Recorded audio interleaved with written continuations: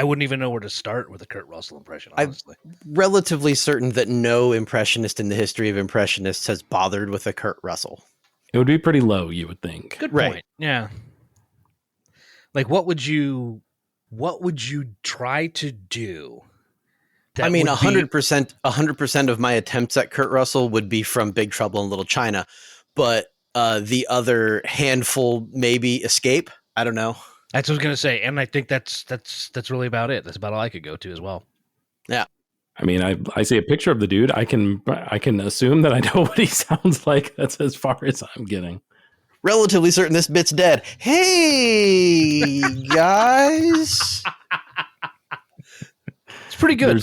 Look, it's pretty good for us, at least, to take something that we recognize that is not working and just drive it into the wall in under 60 seconds. Oh, yeah. No.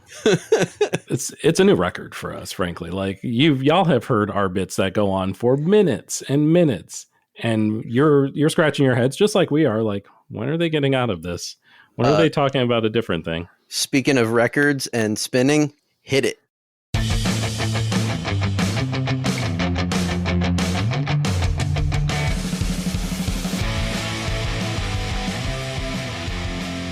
That was my attempt to make the music play.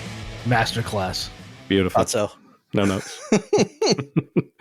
You know what we do have notes on, though?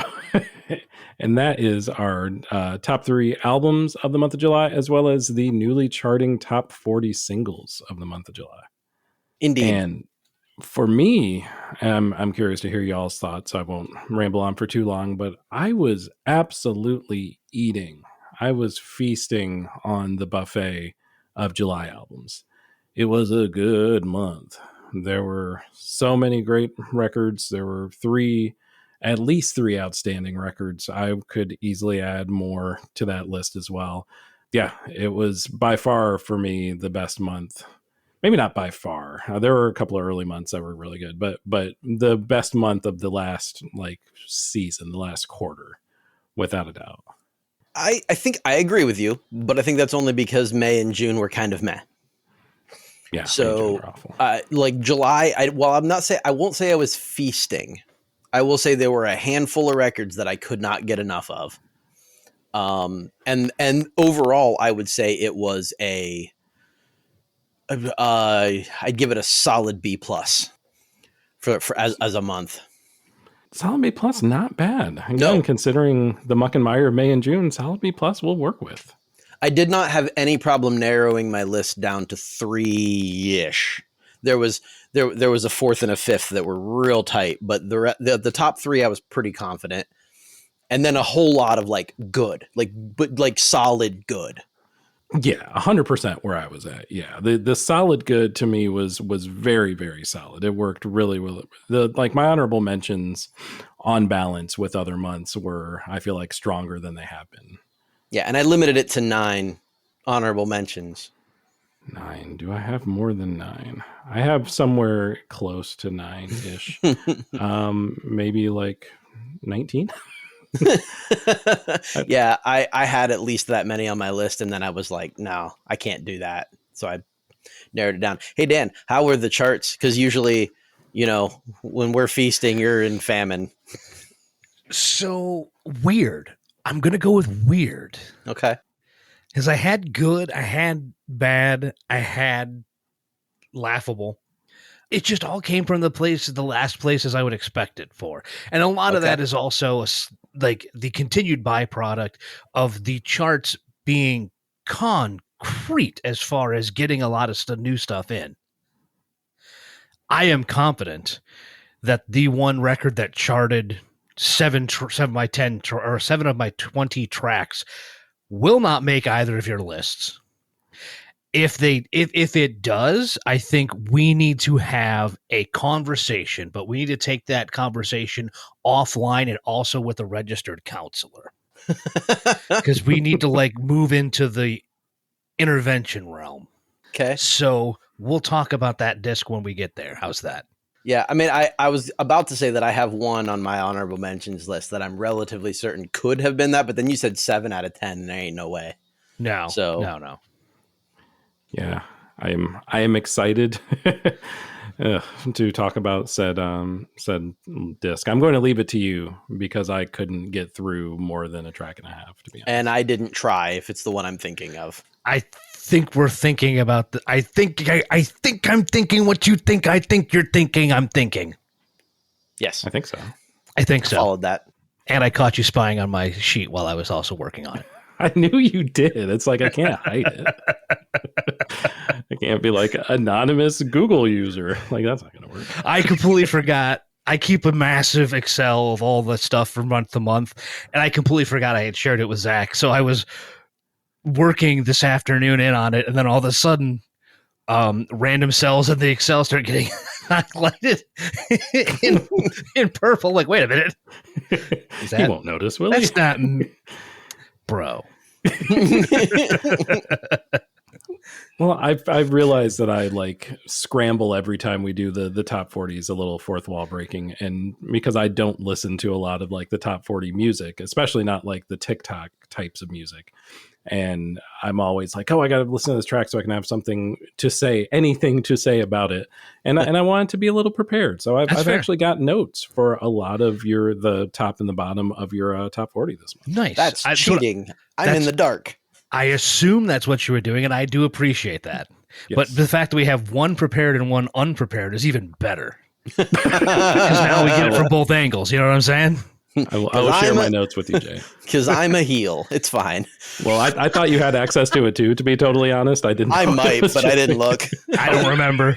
But then again, it wasn't until I was today years old when I realized I gave access to him. So, whoops. I'll have to look at it in the interim. Yes.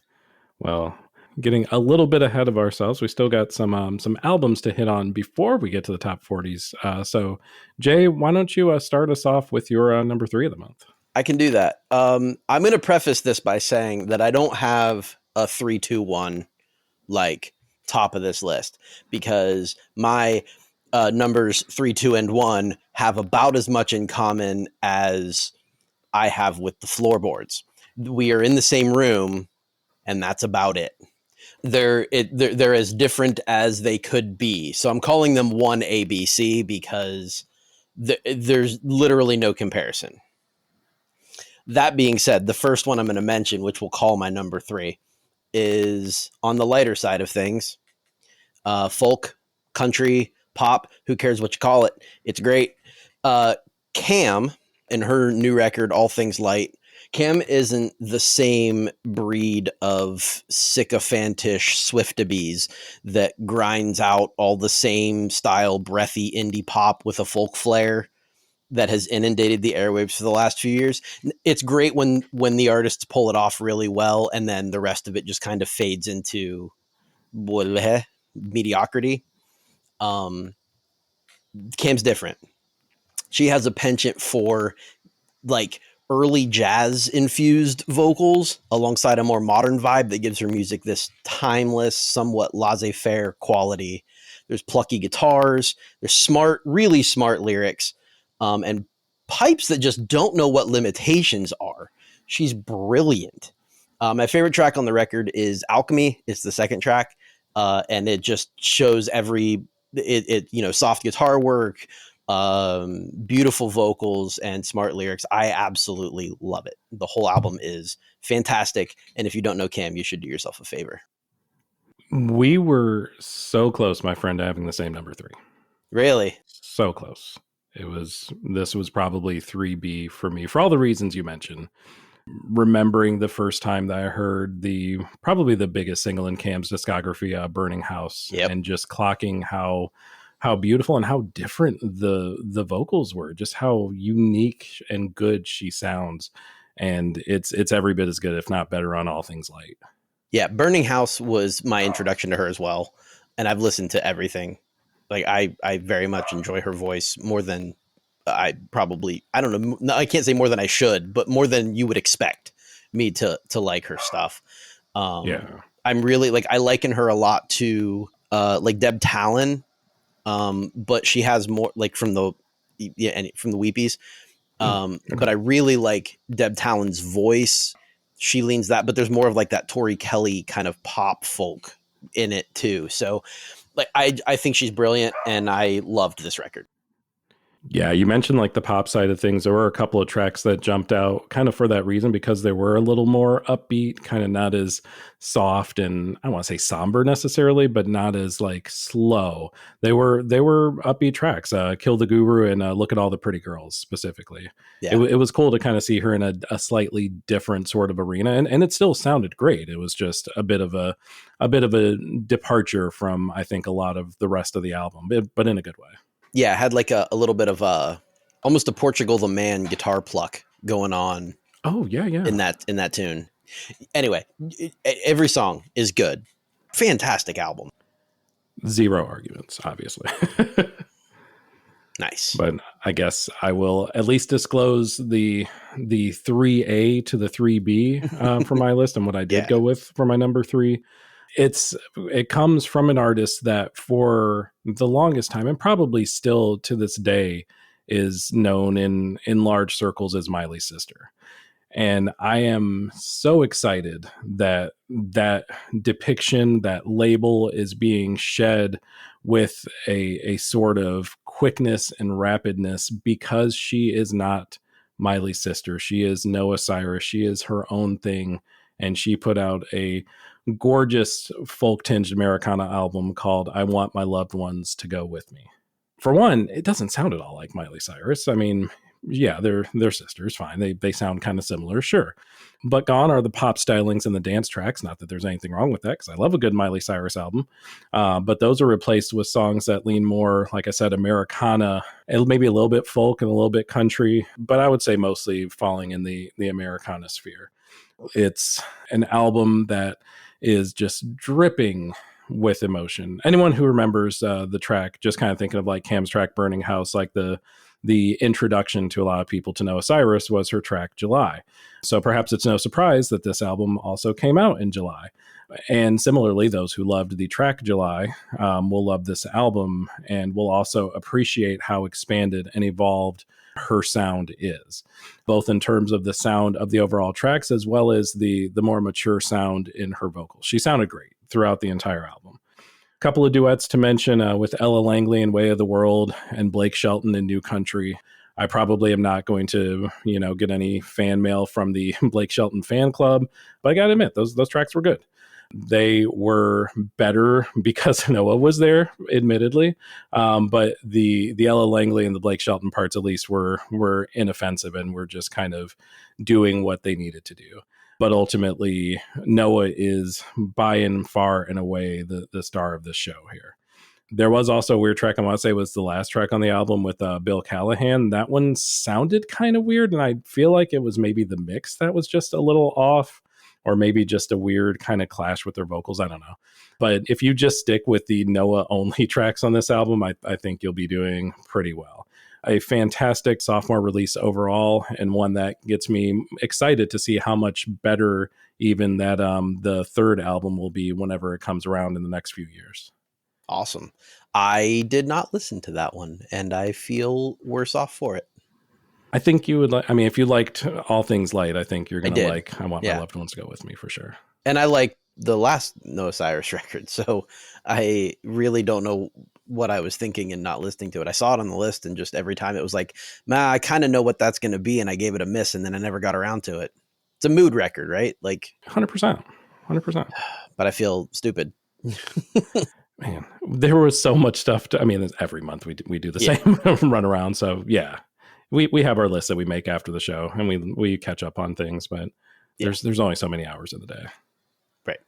There are more than 2 hours in the day, but there are not more than 2 songs left on your list. So go ahead and give us the lowest of those. That was stupid. Sorry. You're not wrong. There are more than 2 hours in the day, and I spent well over that listening to this particular record. When you say when somebody says something is derivative, it usually implies something negative, right? Like it's derivative. But it is mathematically valid way of coming to a conclusion. And in this case, that conclusion is just freaking awesome. Slaughter to Prevail has gained a lot of recent notoriety on the strength of frontman Alex Terrible's ability to be heard over the band without a microphone on stage, outside, with a crowd cheering him on. Jesus. Seriously, it's inhuman. I don't look that up. Look up videos of that on YouTube. It's wild. Duder is insane. But their new record, Grizzly, has sort of all of the best seasonings of metal from the previous 2 decades. It's a little bit of, like, from Slipknot's debut. You get a lot of that energy, and you get a lot of like Lorna Shore's live performances with Will Ramos's guttural pig squealing sounds. And you get like some of Acacia Strain's electronic manipulations. There's a little bit of everything dotted in here. So saying it's derivative is not a negative comment. It is derived from everything that has occurred over the last 2 decades. Grizzly is balls to the wall, but filled with dynamic breakdowns, interesting instrumentation, some of the most powerful vocals that have ever been recorded. And it is just an insanely cool and fun record to listen to. Don't think too deep. It is not going to give you, like, delve into the depths of your soul. It is a surface level. It is a metal record, but it is a good metal record. And I don't really know. I think it would fall into like metalcore if you're talking about subgenres, but really that doesn't do it justice because it pulls from everything. Nice. I would say, first off, just to backtrack a little bit on Lorna Shore, I know that people have met Will Ramos. I know that they have seen him in his human form, but I'm not convinced that's his only form. I'm just gonna put that out there. I'm gonna leave it at that. Yeah. Dude, humans don't make those noises, bro. Well, just he and Alex Terrible. That's it. Those are the two. 2 of 2. Oh, yeah. I think, and this is something we could talk, maybe we'll do this as a vibes episode at some point, but yeah, the term derivative is literally indicative of every single song that any of us listen to. Yeah. In one way, shape, or form. It's all based on something that was based on something that was based on something else. That's just the way it goes. It's not bad, you know. There are bad implementations of it. There are bad instances where things are either lifted outright or they're borrowed and changed in such a way that it's not as faithful or as good to kind of the source material. But like, yeah, of course it's derivative. It's supposed to be. Yeah. You know, I'm with you. That I hate that term. Yeah, and I am guilty of having used it as a pejorative, but it's not like I really and truly mean it that way. Like, right. I speak extemporaneously and I engage in hyperbole to make a point sometimes, but it's pretty much 99% of what we say on the show. Let's be real. Yeah. But no, I'm with you. Like, I'm sure I have too. I've certainly been guilty of it, but I think what I really mean in the moment is like, it's a bad instance of, yes, you know, the same. So yes, no, I'm and 100% with you. And in this case, maybe especially in this case, it is not a negative thing. I loved this album. I've listened to it a bunch since it was released, like just a little bit ago, like a week and a half as of time of recording this. Nice. Insane record. Well, same as the Noah Cyrus record. I saw it on the list and breezed through it and listened to a bunch of other shit and never came back to it. So I will be coming back to it. And yeah, I am excited to do it. Good call. Nice, dude. We've swapsies on this one. I'll take the Noah Cyrus. You take the Slaughter to Prevail. Done. Very different energies. What energy is your number 2 record going to provide us? Very different from both of those. Nice. So what we have here in my number 2 is the second record of a partnership that has blossomed between 2 individuals and has been a beautiful partnership up until this point and is continuing to get better. This all started back in 2018 with the album Fetty, which also included Currency. And then from there kind of spawned a proper duo collab album in, I should have written this down, 2021, we'll say 2021. It's close enough. Also a track on the album Soul Sold Separately. But all the while, we could see every single time these 2 people interacted, every single time these 2 folks were in the studio and put out a track, magic happened. So why not go back to the well? Well, they did. And the sequel to the critically acclaimed Alfredo, being Alfredo 2, from the pairing of gifted lyricist and rapper Freddie Gibbs and producer to the stars, The Alchemist, proves what a great pairing it truly is. I had spoken in length about The Alchemist in our top 5 beats episode, which you can find, by the way, directly before this here episode on your podcast dial. Once you finish this one up, go listen to that, because I thought that all three of us had some really great beats, some really great examples of samples and crack producers, and just a really great episode. I'm biased, sure, but I thought it was good. But because of that, since I already extolled the virtues of The Alchemist, I won't continue to rehash that on this episode, except to say that Al's samples are, as they always are, completely, entirely on point and weird and amazing and head-scratching and beautiful. I will, however, elaborate a bit on Freddie Gibbs, as he is perhaps the best rapper in the game who will never end up on a list of the best rappers in the game. You're talking smooth delivery? Check. Great rhyming? Double check. Fantastic wordplay? Triple check. The man's a total package. Look no further than the lead single, and also subsequently the lead track on the album being 1995, as some of the best work on the albums, both for the vocals and the beat. And I never like to use the first track as like an example track. But in this case, like, it's probably the best track on the album. It's Ichiro in the number one spot is what this what 1995 is. And that was a proper baseball reference, Dan, if you weren't listening, by the way. But besides 1995, check out I Still Love Her as well, which is a cool, kind of interesting sort of continuation, I guess, of Common's track I Used to Love Her from all the way back in 1994.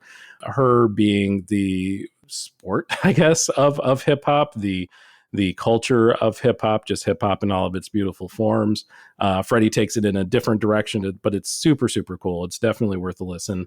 And then once you listen to both of those tracks, check out the rest of the album and fall deeply into the lyrical and sample heavy layers that are provided all throughout these 14 tracks. It is just like a good pasta Alfredo is. We're talking layers on layers, and every single noodle is sauced to perfection. It is a killer album. Yes. Hundy P. It's on my longer list of honorable mentions. I did not put it on the shorter list of honorable mentions because for me, it was the weakest of the 3 badass hip hop records that I listened to or that I had on my longer list. I had 3. That was the weakest of the 3 for me. But yeah, absolutely. Everything you said, no notes. Beautiful. Well, I know what one of the other 2 is, and I think I know what the other one of the other 2 is as well. So you could guess. at least, well, yeah, at most one of them we'll be chatting about, I think, in a few minutes. Uh-huh. Well, since I'm about to get into the honorable mentions, we're actually going to chat about both of them here. Please, yeah. Spoiler alert, one of them is my number 1 record. The other one is in my honorable mentions. Oh, shit, it could go either way. Yeah, it could. But I guess we'll start with that one. My honorable mention for my second favorite hip hop record that dropped this month was Clips and Let God Sort 'Em Out. Because those guys can do no wrong, really. Like when push comes to shove. See what I did with push, push. And when it comes to shove, they're brilliant. Nothing can go wrong. Other stuff. Let's switch up to R&B here and give Giveon some love for Beloved. Dude, man, that guy's voice is so smooth and so cool. And those songs with that jazz, like I don't know, what would you call that, Blue Note style going on in the background. I loved this record. It was probably, if I would go at 1 A, B, and C, this is number 2, right? Like, this was a brilliant record and so cool. Stranger's my favorite track on the record. Outside of that, let's go to Lord Huron and the Cosmic Selector Volume 1 for your dose of psychedelia. Mild psychedelia, I guess. It's not going to jolt you out of your seat, but you will be swooning. It's a very cool record front to back. Also, I feel like I need to mention Bush because Gavin hasn't put out a fantastic record in a long time. And this one was really quite good with some modern rock energy. He's jumped out of that. I don't know. He was kind of stuck in a late 90s haze for a while. And now it's early 2000s haze, but it's a really good record. We Are Scientists with some really cool progressive pop. If you have never listened to them, I think it's a duo. I didn't do my research. insane instrumentation, great musicians, cool vocals, and just really like pretty songs. For Dan, I'm going to announce that there's a new Tim Minchin record called Time Machine. It's a lot of fun. I really enjoyed it. Not going to break any records or top any charts, but it is a stellar listen. And the last, I have three more to mention, but the last one that you would expect maybe from me is the new Styx album, Circling from Above. I'm a Styx fan by birth, and this album does not disappoint. It is a Styx record. For whatever that means to you, it sounds like Styx, and I love it. Great harmonies, soaring guitars, really cool synth work. It's a brilliantly done record, well produced. The lyrics are kind of dumb, but that's what you get. Okay, then the stuff you wouldn't expect from me.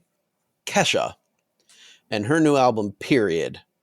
I listened to it. Okay, there's also another album by I actually really enjoyed the Kesha record. I think it's silly. I think it's a lot of fun. She's gone back to her like where she started with like, just talking about boys and underwear and having a good time. And Hell yeah. we haven't seen this side of her in a while because she's been so introspective, which I loved. That was all good stuff, but it was cool to see like just a fun, danceable pop record from her.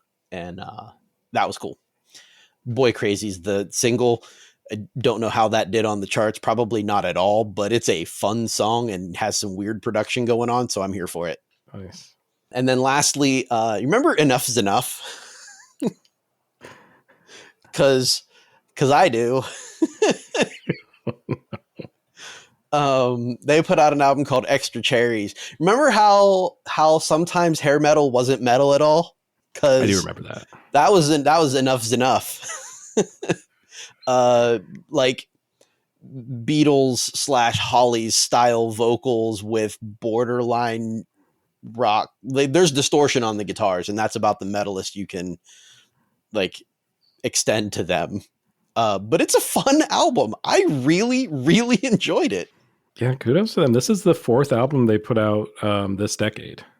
Oh, did not know that. Didn't look at it, didn't try. I just enjoyed the album while I was listening to it. I met their bassist a long time ago. Yeah, so he played with Steven Adler's band, Adler's Appetite. Adler was the drummer for Guns N' Roses for a while, and he put together like this weird like super group, and I opened for them at a bar in Wisconsin, like middle of nowhere, Janesville, Wisconsin. Amazing. It was fun. It was a good show, but yeah, he played with Adler. Adler actually shows up on this record too, by the way, on a later track, post Celebrity Rehab. Man, that's what a collection of albums this month, right? For both of us. All over the place. Let's hear what you've got on your long short list. So I'm pretty sure I know what your number one is. You at least mentioned that it's a hip hop album, right? I did. Yep. Okay. So then I will at least start off with the elephant in the room, at least for me. It's something that a lot of people already know about. A lot of people have listened to, even when these tracks were only available on her website. Because yes, Hayley Williams did release a shit ton of music in late July. And yes, it is all fucking phenomenal. Glum, Ego, Death at a Bachelorette Party, of course, the bigger tracks, True Believer and Murtazapine, and on and on and on and on. Each track is widely available now on Spotify and a bunch of other streaming outlets. However, they are all singles, every single one of them. So I felt that it would be not necessarily in my best interest to lump this together in an album, because I don't know that Hayley wants these songs lumped together as an album or as 17 individual expressions. So I do at least want to mention that it was absolutely worth everyone's listen, but I don't know that these would be ever considered an album, or if they have been considered an album to this point. So just throwing that out there, not a miss at all. The songs were amazing. Let's see. I will skip over the ones that you may or may not be talking about in a few minutes.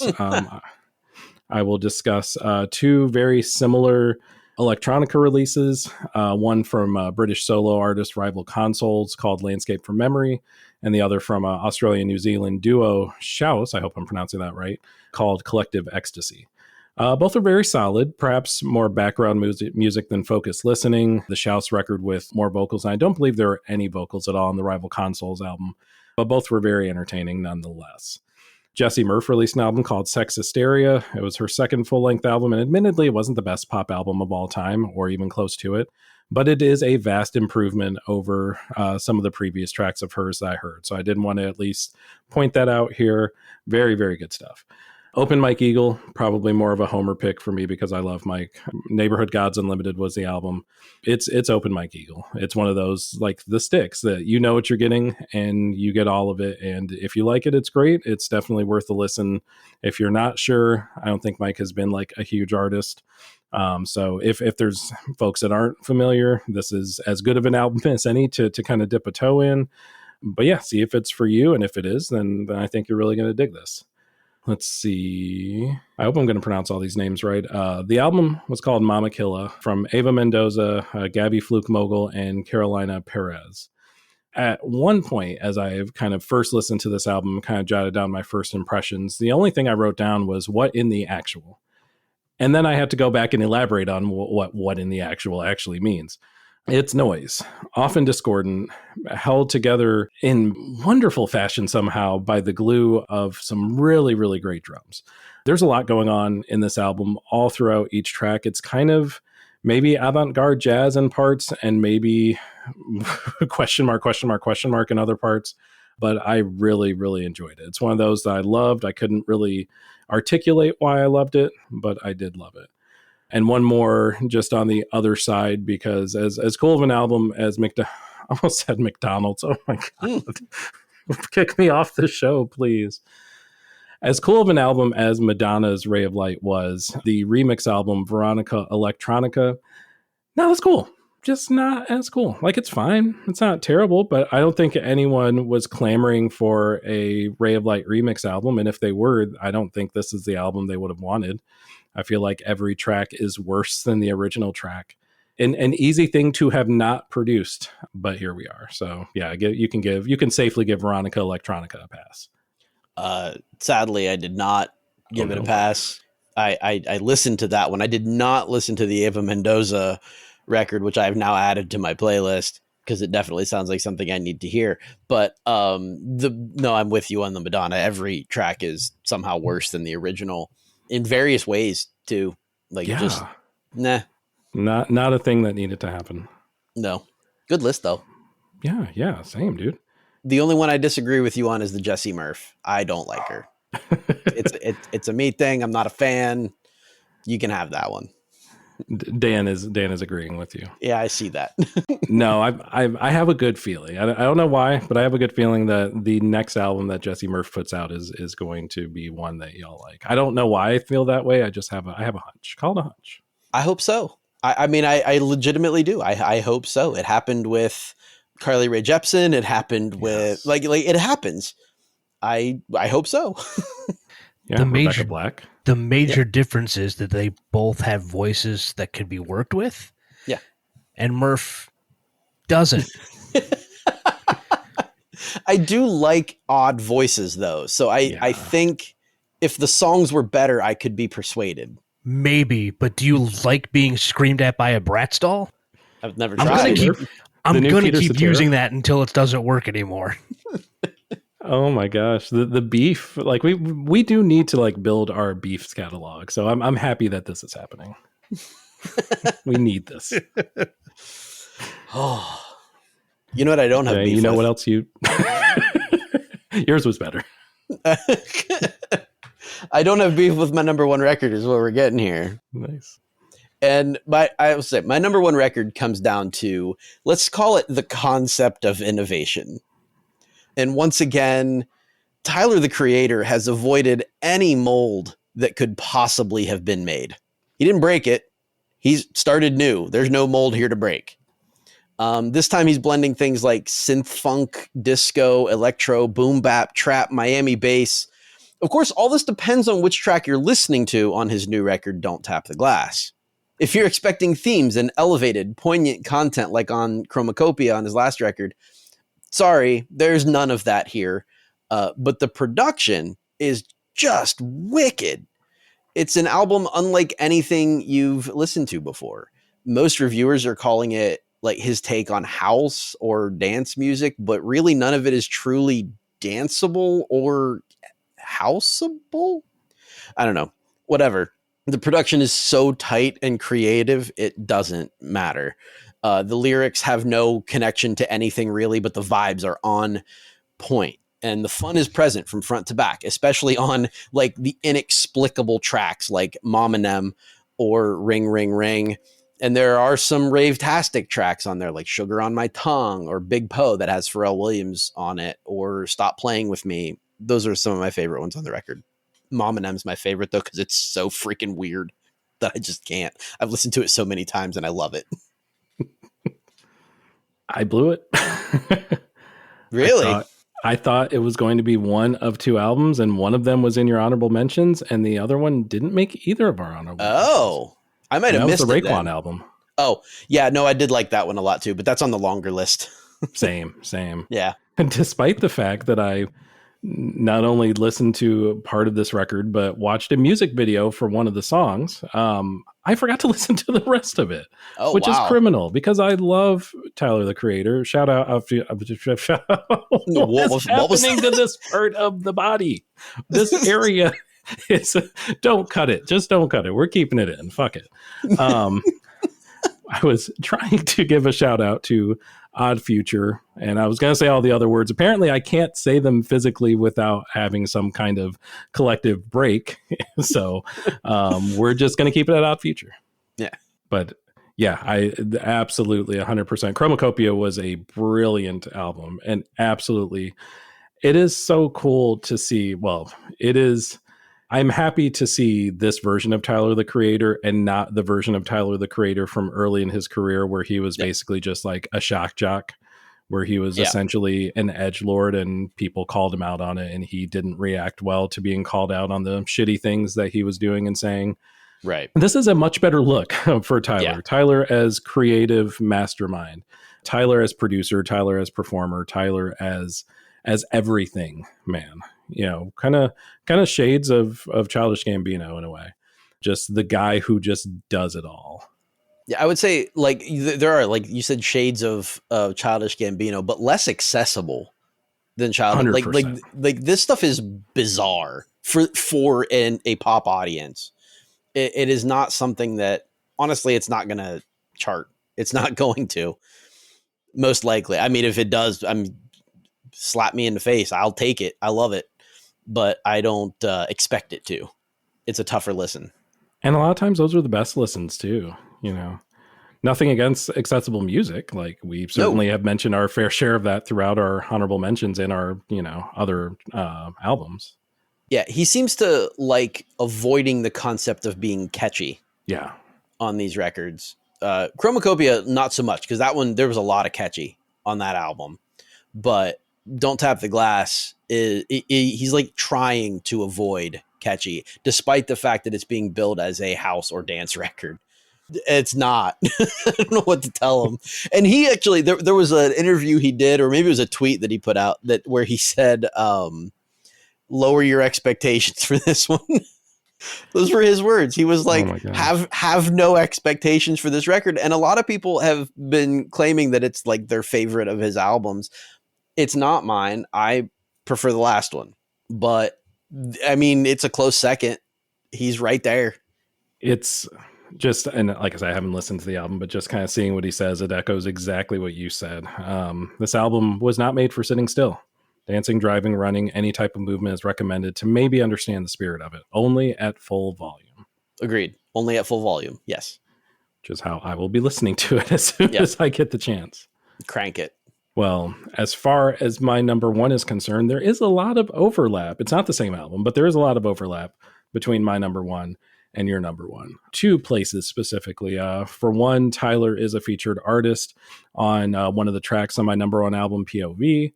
And also that music video that I had mentioned from Tyler's album, Don't Tap the Glass, for the song Stop Playing With Me, features the duo from my number one album standing, just kind of awkwardly standing, like they were like when you're a kid waiting for the bus and you're just kind of like annoyed because the bus is like 5 minutes late and you're like, where's this stupid, like that's how they are the entire video. That's all they do. It's dumb and it's absolutely perfect. It's very Tyler the Creator. But it is my number one album for a reason.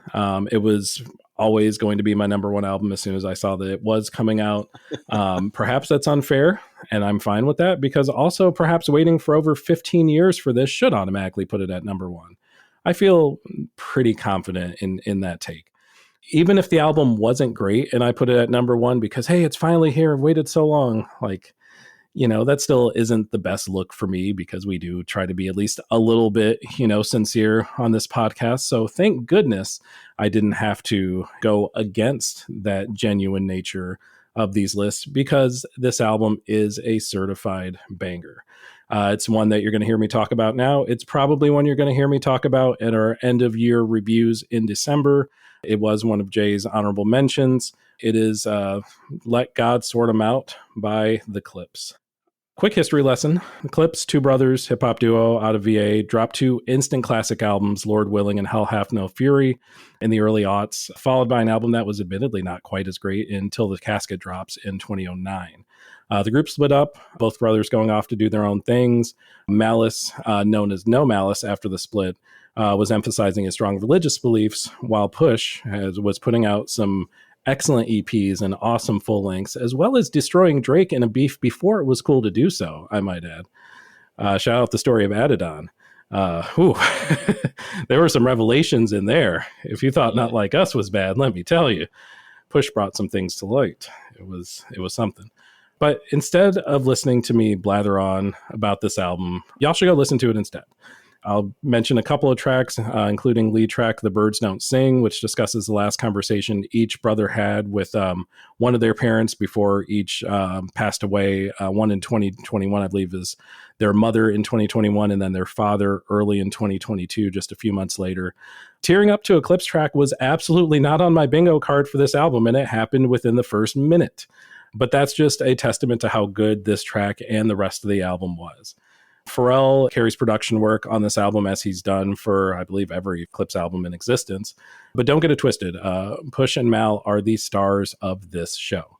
For example, Ace Trumpets has one of the most audacious lyrics I've ever heard in a single song, rap or otherwise, where Pusha literally starts the song after kind of the intro chorus with the declaration, "Yellow diamonds look like pee-pee."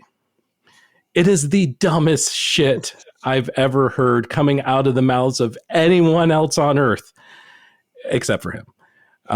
He somehow makes it one of the hardest bars in the song, and I still don't know how he did it, and it still makes no sense. The rest of the song, besides the PP line, is the PP line.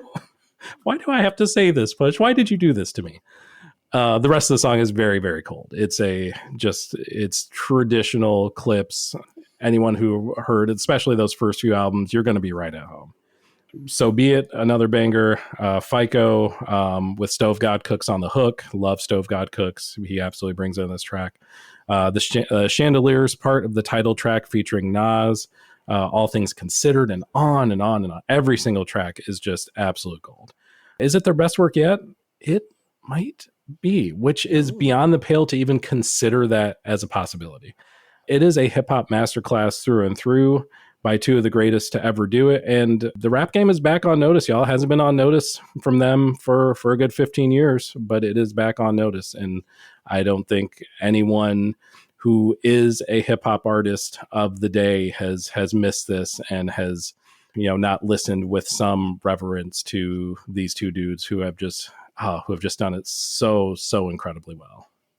I am so glad that I only threw it in my honorable mentions, because I could not have done what you just did for that record. Yeah, thank you, dude. I mean, as you can tell, I've been a Clips fan for a very long time, so with reason. Yeah, you get it. Like, I get it. It's awesome. Your claim that it might be their best record, I'm gonna have to go back and listen to it again with your opinion of that in mind, because like I'm still like I'm I'm an OG, right? Like I'm a fan from back. So I will have to give it keep my mind open when I give it another listen, because it's definitely getting played again. It's not like it's in a vacuum in July and we're done, which happens with albums for sure, even ones I like. That's not the case here, but I'll give it a shot. I will see how it compares, how it holds up. I'm curious, because I'm going to do the same, to see if it really is recency bias or if there's something here. But yeah, I'm excited to listen to this again and again and again. Nice. Yeah, I'm excited. Yeah, I'm excited about that album. I'm excited about these charting singles. Dan, I know that, like I said, I've kind of cheated on the list a little bit, but I'm hoping I can at least semi back up some of the things that you're about to talk about. It's all good. I do want to follow up for Jay with saying that 9 of the tracks from Don't Tap the Glass are the Hot 100 right now. Nice. Holy I am very shit. surprised by that. I'm here for it. I am absolutely here for it, but I'm very surprised by that. And I'm excited because at least for this week, one of them is in the top 40. Stop playing with me. So we'll talk about that definitely next week or next month. Let's go ahead and get this out of the way. Zach, you said you listened some of it. The top few and the bottom few I did listen to and wrote some. Oh no, I was just listening to a specific record because I was relatively confident that Justin Bieber's Swag was not going to make any of your lists. I was surprised if you actually were able to get through any of it. I did listen to no. I listened to a track and a half before seeing your list, and then I listened to the couple of tracks that we're going to talk about, and they happened to my ears. Okay, that was what I was going to ask, because I just wanted to briefly touch on the album, because here was my read on the main thing, and the individual songs are the individual songs, but if you listen to the record, like front to back, there are some ideas here. There are some things that are well executed here. And I think the way that these go from whatever they are to a collection of good songs is if someone else had done them. Because in literally every single opportunity and every single song, basically, it feels like whatever vocal choices they were making for Bieber were the absolute worst ones that you could possibly make. And you put that in the hands of an artist that is a little more suited to the production and the writing, and boom, you have a good song, or at least you have the chance of a much better song. Yeah, maybe give Giveons like some of these tracks, and I guarantee they're a million times better. Absolutely. And I know that is very almost cheating in how simplistic and how wide ranging that critique is, because I'm sure you could say that about any album, that you just get someone else different to sing it. The songs are way different. You'd have to listen to it to kind of get the full of I don't know how else to describe it. You listen to it and get the full feeling of what I'm trying to say, but honestly, it is like the bad idea was Bieber himself, and everything else worked. Do you think it was like the album was better than the sum of its parts then, as kind of like as not a theme, but maybe like an entire concept? You feel like it was a little bit stronger? Possibly. Like I said, you give these songs to different artists or make different vocal choices in some of them. Totally. And it's a better record. Yeah, I clocked that even on one of the tracks we're going to talk about, that the vocal choices were not necessarily that Bieber himself was not great, although that is true, but also some of the other things going on production-wise were head-scratching. What are you doing? Exactly. Okay. We'll get there. I promise you. We'll start down in the honorable mentions. We'll move through this whole thing, because why not start off the month with a pounding Europop anthem from K-pop banger factory Blackpink? And yes, that was a confusing sentence to write out himself. But no lie, Jump does what it says on the tin. This thing should absolutely be dominating clubs worldwide. Clubs are still a thing, right? Like, I hope so. People still go out. Like, they came back, right? Do people still go dancing? I'm too old. They don't tell me. I never could. So I had to ask, obviously. Yeah, this was a cool track. Like, the past 8 months has seen every individual member release their own work, which has ranged from solid to fantastic, much like this track itself ranges from solid to fantastic. Solid beat, solid chorus, fantastic verses, and fantastic music video too. Oh, I don't know the music video.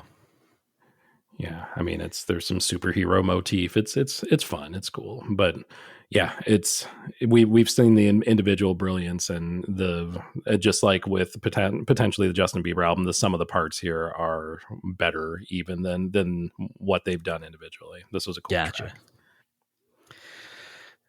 The proper top takes us to one of the three. We're just going to keep with the theme. One of three tracks from the soundtrack for Netflix's flick K-pop Demon Hunters, and one of the two featuring the main band Hunter X. It's the opening track in the film, the main introduction of our good guy band. Song number 3 this month is How It's Done.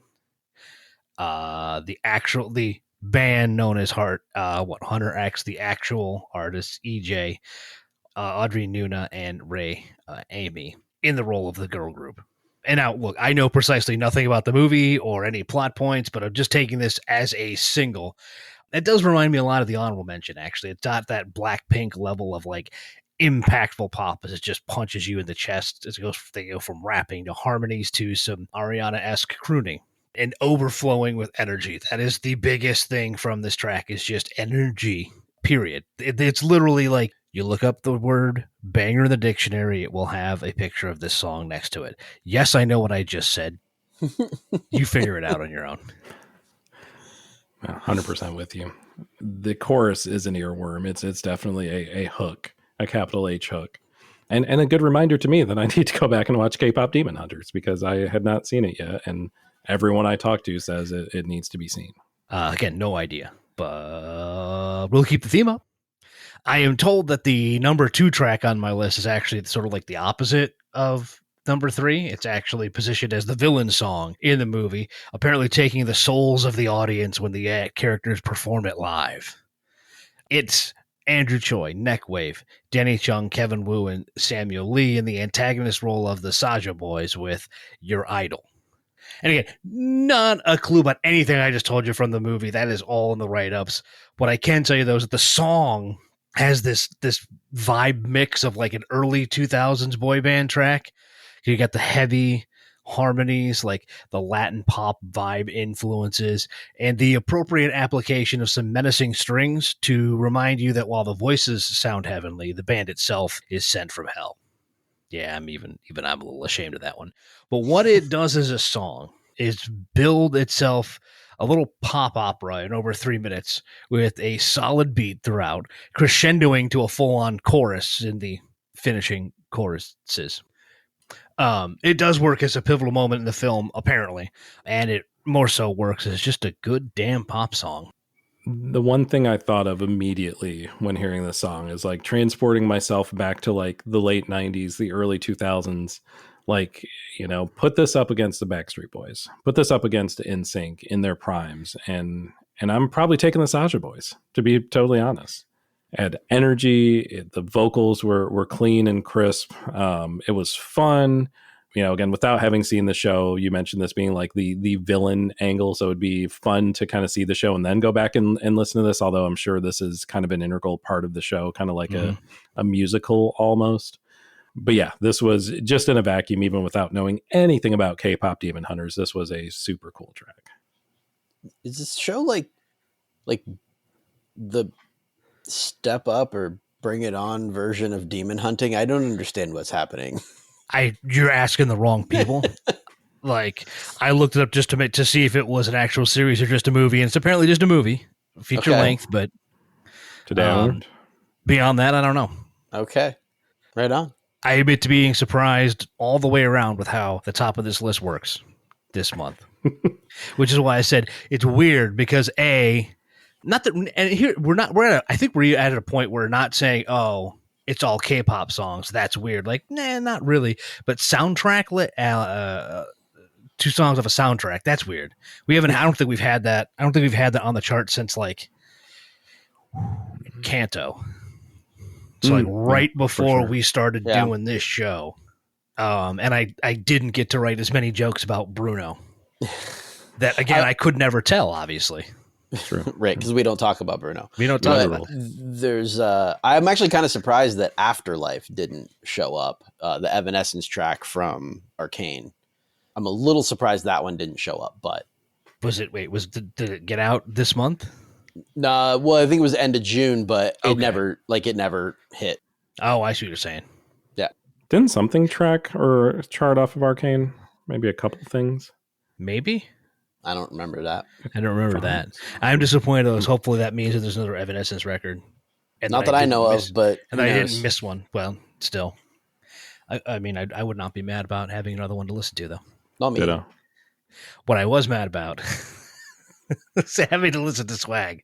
So let's get this out of the way down at the bottom. And our dishonorable mention goes to Yukon off that album. Because when talking about the songs from Swag that will make this list, as I mentioned, it'll probably just be easier to talk about what doesn't work. And for Yukon, it's Bieber's voice. His choice is to slide into his past childish falsetto, just bury everything else happening on this track. Yeah, I didn't go up far enough. I did not listen to Yukon. Apparently, I listened to everything below it, but I did not have this one. Looking at the lyrics, I don't think I'm missing a lot. You're not. Yeah, just like, again, I'm having a hard time with words on this one just because just at random points, he literally flips into his 12-year-old voice. And like I said, just brings the song to an ass-screeching halt. Well, I'll get into it when we talk about a lower down song. But yeah, there's definitely a motif between this and one of the other Bieber tracks that you have. And yeah. You know you're stretching for lyrics when you have to rhyme Yukon with "I pull up like Jimmy Neutron." Jimmy Neutron. Sorry. I mean, here's the thing. Not saying it's a bad reference, just saying it's a bad lyric. It's a real bad lyric. my number one was talking about PP, y'all. I'm in a glass house here. Fair enough. Speaking of PP. I don't know how else to continue this one, but maybe Bieber should stay away from songs that are pretty much just him and a guitar.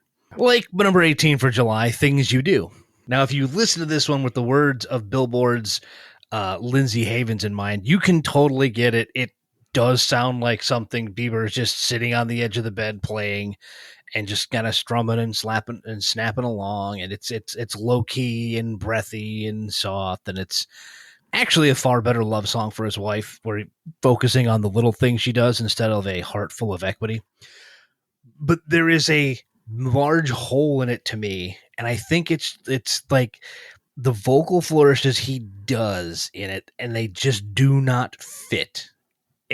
Every attempt to move off of the melody line feels forced, like he's just pushing these runs out instead of what might work better as a slide over a note or two. And that, while I get it, and it's just probably me totally looking for a reason to say that I just didn't like the song on first listen and it really didn't warm up to it on subsequent listens. But to be honest, I just didn't like the song on first listen, and I really didn't warm up to it on subsequent listens, and that is how it ended up down here. It's like this in Yukon, I feel maybe more than other tracks, or maybe the same as other tracks on the album that I didn't listen to. Like there just seems to be like I don't know, like a weird attempt at like a playfulness. I think you kind of alluded to it, like a sort of sexiness. And maybe it's more production, maybe it's more engineering even, but like it falls so flat. It seems listless in terms of like that kind of, quote unquote sexy emotion. But which is a criticism that Bieber has gotten for quite a while on some of this stuff, as he's tried to move fully into adult R&B, that he just has this thing when it comes to expressing emotion that it really it struggles to come off as genuine in the process of his singing, and where other artists it's absolute. Givion's a perfect example of that one. Yes, where it's absolutely just natural. Like Bieber, literally, he seems like he's not quite on Adam Levine's level of computerized emotion, but he's getting up there. He's getting close. I will say that, so I haven't listened to these. by the way. I didn't even give it a shot. But in reading the lyrics and looking at them, like, I feel like you would have to have something like Giveon's level of smooth to pull off these lyrics. Totally. Yeah. You'd have to. They're bad. hey, stick a pin in that idea, would you please? Okay, I'm here for it. Let's do it. Well, I'll give you one to look up here. You walk with me on this one. Instead, though, walk with me down one more step. And while I opine a little bit, I'll get there, I promise. But yeah, let's take a walk, because there is a time, an important time in any conflict, where one side has to admit that it's over, they are beaten, and you need to do something of an after-action report. Happens to the best of us, right? Or the worst of us, however you really want to look at it and which side you're looking at it from. Some would take that opportunity to debrief, figure out what went wrong, and maybe come up with some ideas on how to make sure that this doesn't happen again. But that is not how Drake took things. Certainly not what he did on What Did I Miss, song number 19 in July. Dude chose to ask where everybody went in his battles with Kendrick, despite the fact that he was clearly getting beaten pillar to post in that one. And it started early, and there was no questions. But Drake keeps asking why so many turned on him, even calling out some of those who ran to the pop out.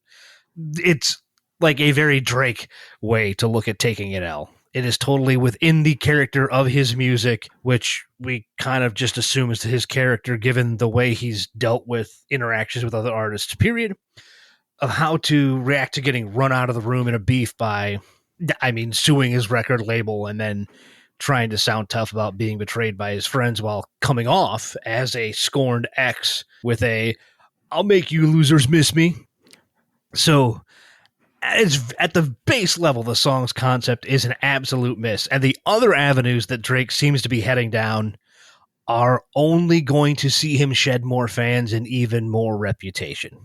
The actual song itself is a Drake song. You have heard literally thousands of them before.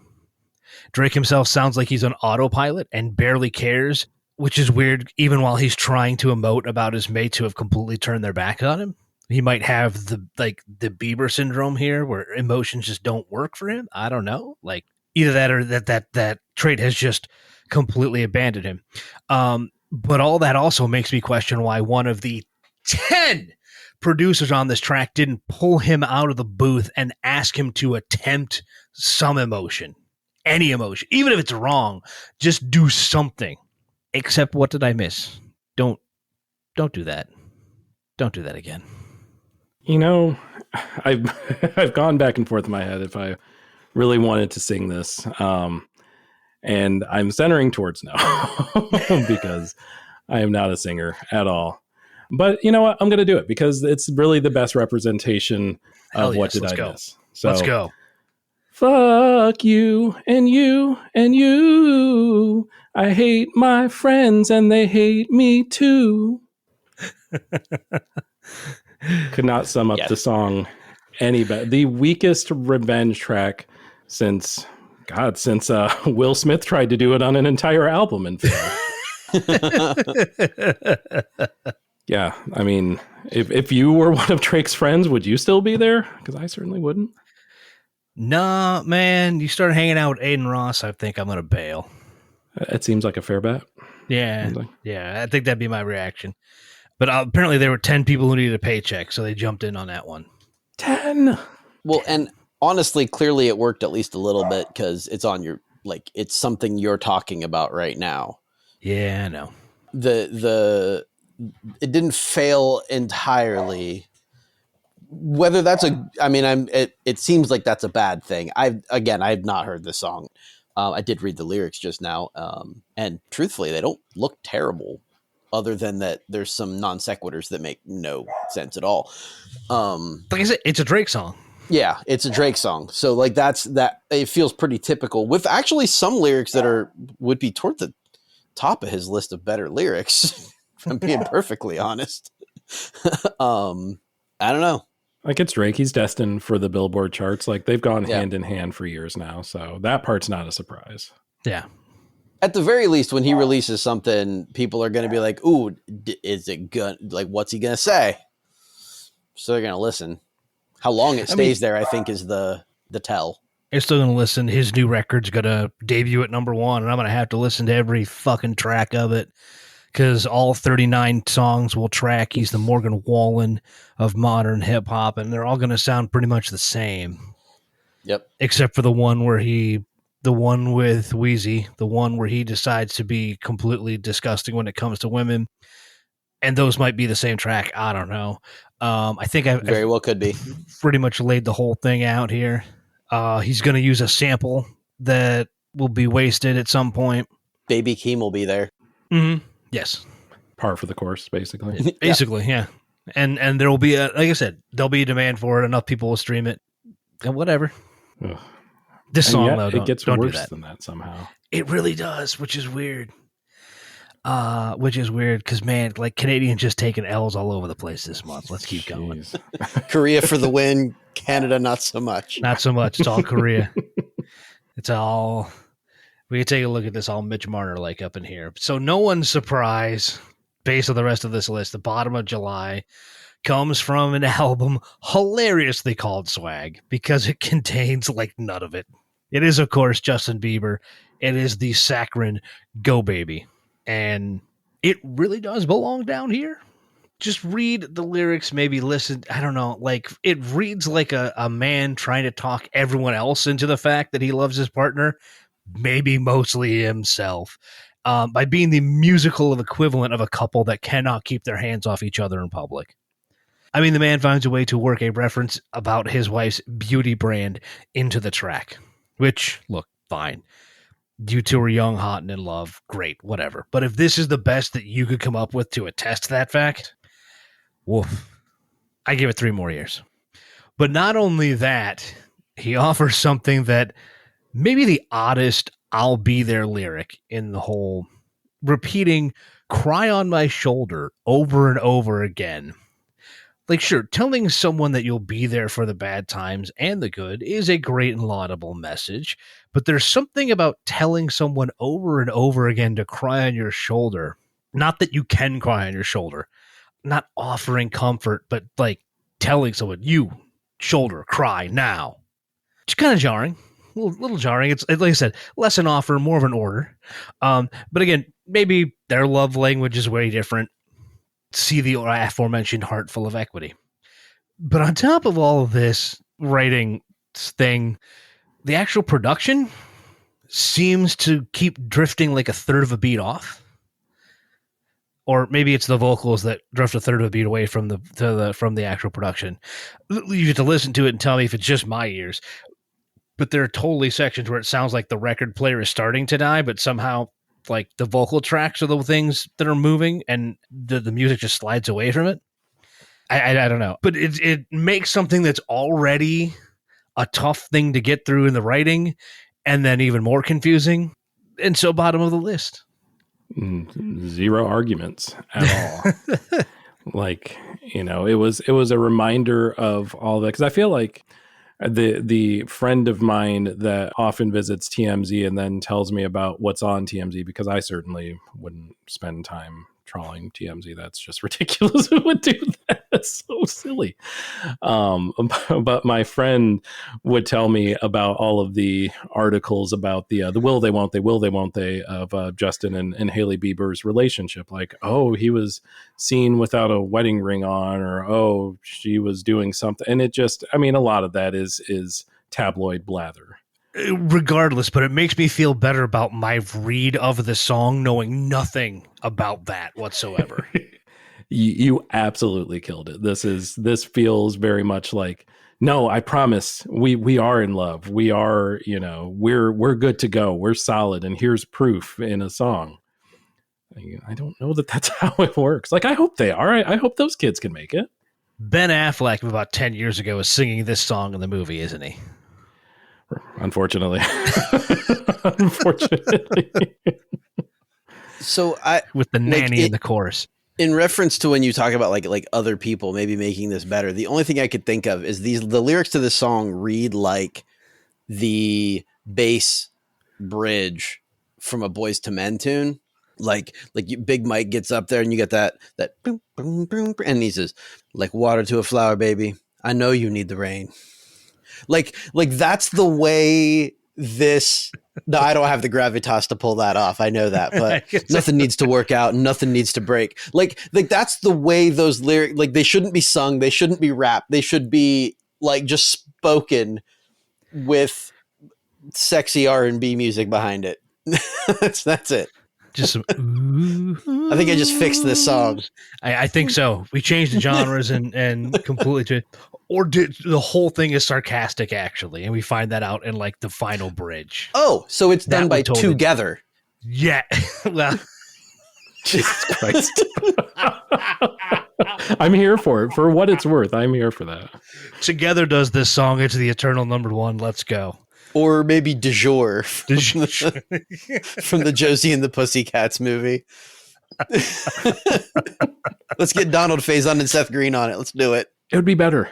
It'd be 100% better. 100%. Absolutely. Cool. I mean, after that, I don't feel like the #1 really matters anymore, does it? I mean, I still want to hear it. Okay. It's a good track. Yeah, dude. Yeah, let's go ahead and run through it because it comes off the deluxe edition of his second album, Kansas Anymore. Possibly this year's winner of the Indie Chart sweepstakes. This one representing the world of indie country, so to speak. It is Role Model and Sally When the Wine Runs Out. It's about a song that is not a one-note track, that it pulls influences from pop country and 70s pop, several genres that you could lump into indie, so to speak. But, just taking a twangy guitar and a simple beat and a, memorable bass line, slap them all together into some simple layering, and you build a very catchy structure on top. But it turns out this very simple formula becomes an entry into our favorite genre as the protagonist and title character try to make a go of making something work, more him than her, and it really shouldn't given the attributes of both. But be damned if he cannot stay away from her. So that's right, another happy sounding sad song that is brilliantly written. It absolutely brilliantly written. Like I said, it weaves this complex tale through all attempts at a relationship. Even Rollo, as Role Model himself, has said that he took a negative experience he had and tried to make it not as much of a downer, which could give the production. And in a way he did, like I said, but in a way he didn't. And either way, it still makes for a great song. As I mentioned, it's his second album, so I am definitely looking forward to more from the Maniac. That's not an insult, okay? That is a legit and acceptable term for someone from the state of Maine. I looked it up. Don't come for me. Shout out Tim Sylvia. Is that because you couldn't think of anybody else in the state of Maine? Correct.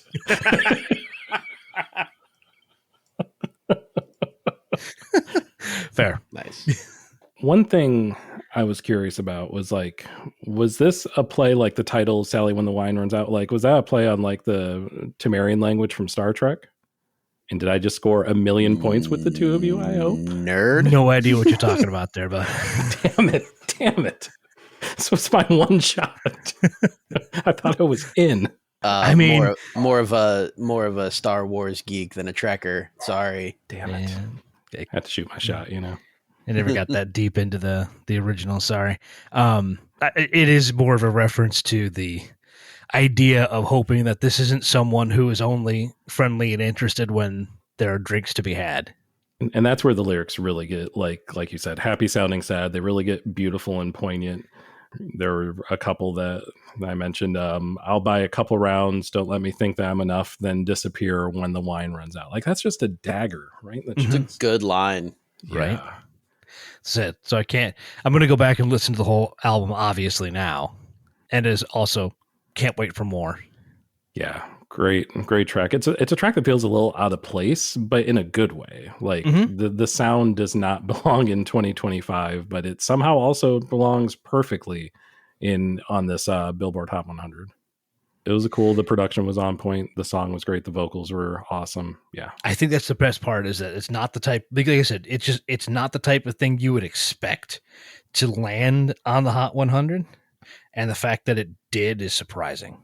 For sure. Yeah. Refreshing. Maybe we'll get some more of tracks like this in the coming months. Let's hope, because we know we have a new Drake album coming. Damn it. So much for that. Yeah. Yeah. So anyway, the important part is that's how we saw the month that was January 2025. Not January. I did it to somebody else again too. I might have done it before the show when I said January and meant July. I'm with because there's so many J's. There's 3 J's, and I just get them confused. And then your J. Yeah, 4 if you count me. 4. What are 4. We gonna do? The month of you 2025. I'll take it. So tell us what you thought about the month of him 2025, and you can do it in all the usual places. We are at Fairly KickAss across almost all of your social media worlds, Blue Sky, Instagram, Threads, and the TikTok. Of course, fairlykickass.com is your home for something. We're working on it. I promise there'll be stuff there. Promise there will be so much stuff y'all don't even know. All the stuff, the best stuff, the biggest stuff, the biggest stuff. Huge stuff, huge stuff that totally does not have a small penis. You said it. I did not disagree with it. I think we should go, or at least I should go. You guys go ahead and lock up. I don't have a key. Jay, you got to do it. Take it from the register. It's fine. No one's breaking in here anyway.